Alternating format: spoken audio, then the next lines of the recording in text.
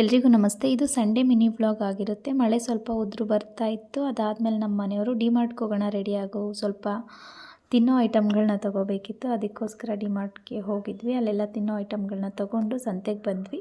ಅಲ್ಲಿ ಕಳ್ಳೆ ನೋಡಿದ್ವಿ ಮತ್ತು ಗಣಕೆ ಸೊಪ್ಪು ತೊಗೊಂಡ್ವಿ. ಹಾಗೆ ತರಕಾರಿಗಳೆಲ್ಲ ತೊಗೊಂಡು ಸಂತೆಯಲ್ಲಿ ಮನೆಗೆ ವಾಪಸ್ ಬಂದ್ವಿ. ಹಾಗೆ ನಾನು ಹೊಸ ಫೋನಿಗೆ ಪೌಚ್ ತೊಗೊಂಡು ಚಿಕನ್ ಬರ್ತಾ ತಂದಿದ್ದು, ಹಾಗೆ ಗೊಜ್ಜು ಥರ ಮಾಡಿಕೊಂಡು ಟಿ ವಿ ನೋಡ್ತಾ ಚಿಕನ್ ಊಟ ಮಾಡಿದ್ವಿ.